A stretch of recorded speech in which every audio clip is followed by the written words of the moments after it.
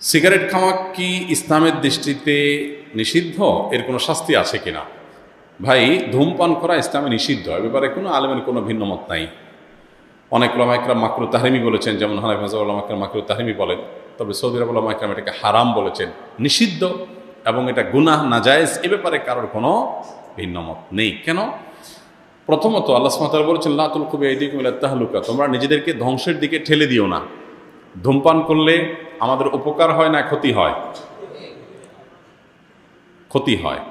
উপকার হয় না বললেই চলে, পেট ভরে না, অন্যান্য কিছু না। আপনি বলবেন যে আমার ঘুমের লাই কাটে, অথবা এনার্জি আসে, বা অন্যান্য কিছু আসে, এরকম যদি বলেন, তো আল্লাহ তাআলা বলেছেন যে আল খামরু ওয়াল মাইসিরু, মদ এবং জুয়া, এগুলো সম্পর্কে আল্লাহ বলেছেন ওয়া ইসমুহুমা আকবারু মিন নাফইহিমা, এগুলো লাভের চাইতে ক্ষতি বেশি। লাভ, আপনি একটু ঘুমাচ্ছেন, ভালো লাগলো, কিন্তু ক্ষতি হবে তার চাইতে বেশি।